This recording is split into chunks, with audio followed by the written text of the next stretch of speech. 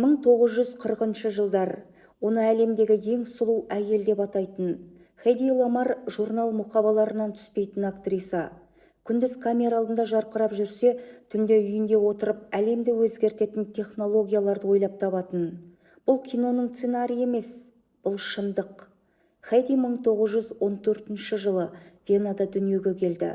Оның бірінші күйеуі қару-жарақ сатушы болған. Үйінде генералдар мен әскери инженерлер жиналып соғыс технологияларын талқылайтын. Ал олар сұлу әйел техниканы түсінбейді деп ойлап, ештеңеден қысылмай сөйлей беретін. Бірақ Хейди бәрін есте сақтап отырды.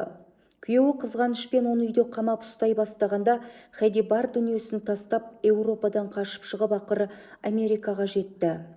Ол кезде небәрі 23 жас еді. Америкада ол нағыз жұлдызға айналды. Бірақ оның арманы тек актриса болу емес еді.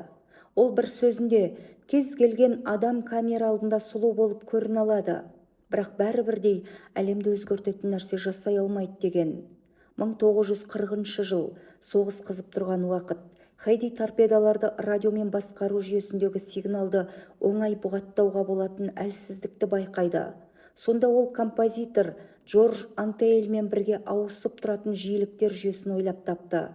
Яғни сигнал үнемі өзгеріп отырады, сондықтан оны ұстап қалу қиын.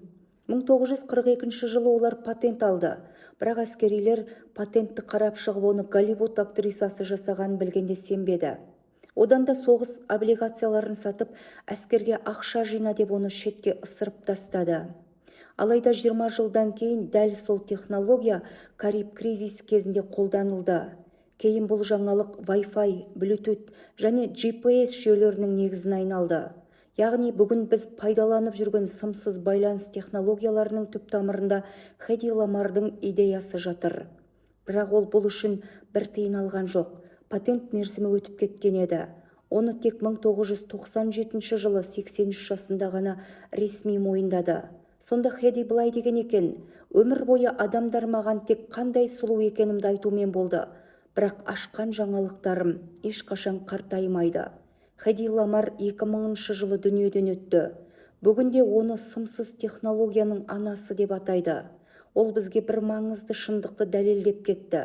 Адамды сыртқы келбетіне қарап бағалау ең үлкен қателіктің бірі. Әрі сұлу, әрі ақылды болуға әбден болады. Себебі бір қасиет екіншісін жоққа шығармайды.